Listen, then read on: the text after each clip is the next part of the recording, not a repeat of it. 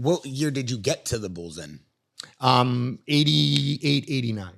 Got it. Okay. So the Pistons were 89, 90 and 90, 91. Bro, that was in the heyday. That was the heyday. Yeah. That was the best. They were losing to the Pistons. Correct. And then all of a sudden, wait, they had got Rodman from the Pistons. No. Yeah. That was for their second titles. Three-peat. Yeah. And I was kind of UFCing it by then. Wow. Well, I was doing hockey too. But did you enjoy covering the Bulls? Bulls? Oh my God, it was the best. How was the behind the scenes curtain of that three-peat? It was just, I mean, Phil's such a cool dude, man. You know, it's like, you talk about Tank drinking before games. I don't know if you know, there was a gummy or two in Phil Jackson's coaching career. I don't know. One might think. What kind of gummy?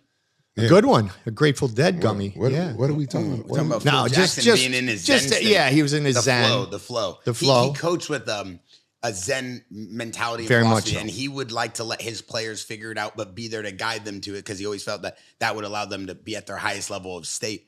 Rather than being the coach that's yelling at you, he was the coach that brought you back down to earth during the game. He was one of the GOATs, huh? Absolutely. He's the reason Shaq and Kobe eventually won titles together.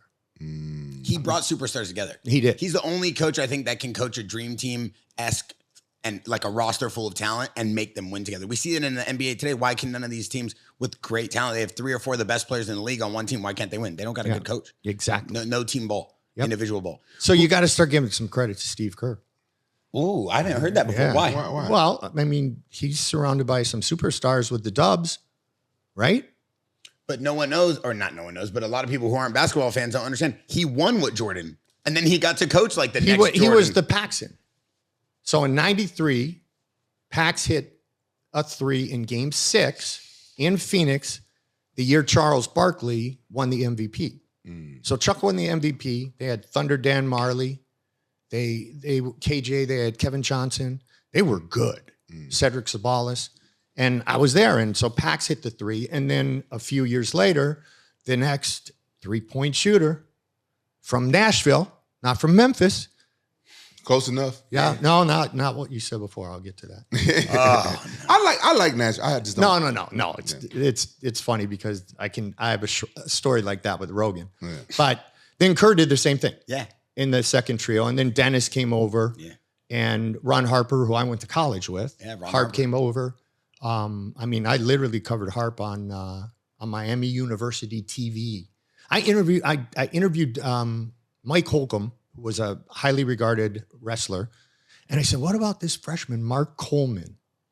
Coleman went to Miami of Ohio his freshman year, then went to the Ohio State. That's in Ohio. Correct. A lot of people get Oxford, that confused. Ohio. Yeah. We had T-shirts. Miami is in Ohio, damn it. Yeah. Like that. Yeah. What would you say is your favorite sport that you Hockey. play? Hockey. Yeah. Really? I mean, I started playing hockey when I was 5 years old.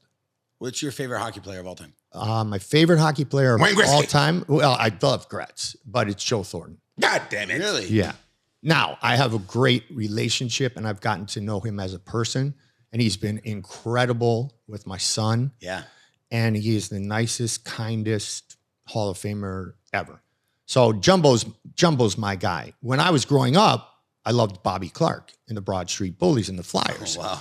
Got my teeth knocked out when I was 10 at the Ice Barn in Toledo, Ohio, and I begged my mom not to get them fixed because I wanted to look like Bobby Clark. That iconic shot of the cup when you watch the playoffs and Bobby's.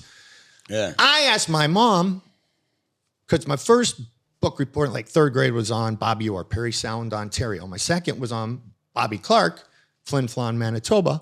Well, Bobby Clark is diabetic. And Bobby used to do the insulin on the bench. Yeah. Like they would monitor it. And I would run into my mom's room. I go, Mom, how do I get diabetes? She's like, what?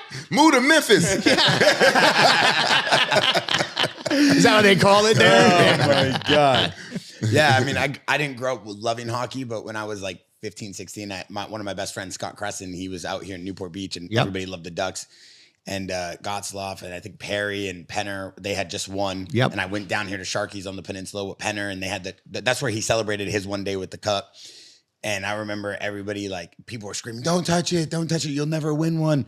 And I'm like, I'm never playing hockey. And oh, bro, it was chaos. And I loved hockey after that because there was so much fighting back then. It was real brawly. And then I fell in love with MMA and kind of moved away from Sure. hockey. But I still go to Ducks games. Rampage actually just unveiled the new Anaheim Ducks jersey here at the JAXXON House in Newport Beach. Nice. Yeah, I'm a fan of the Ducks. Yeah.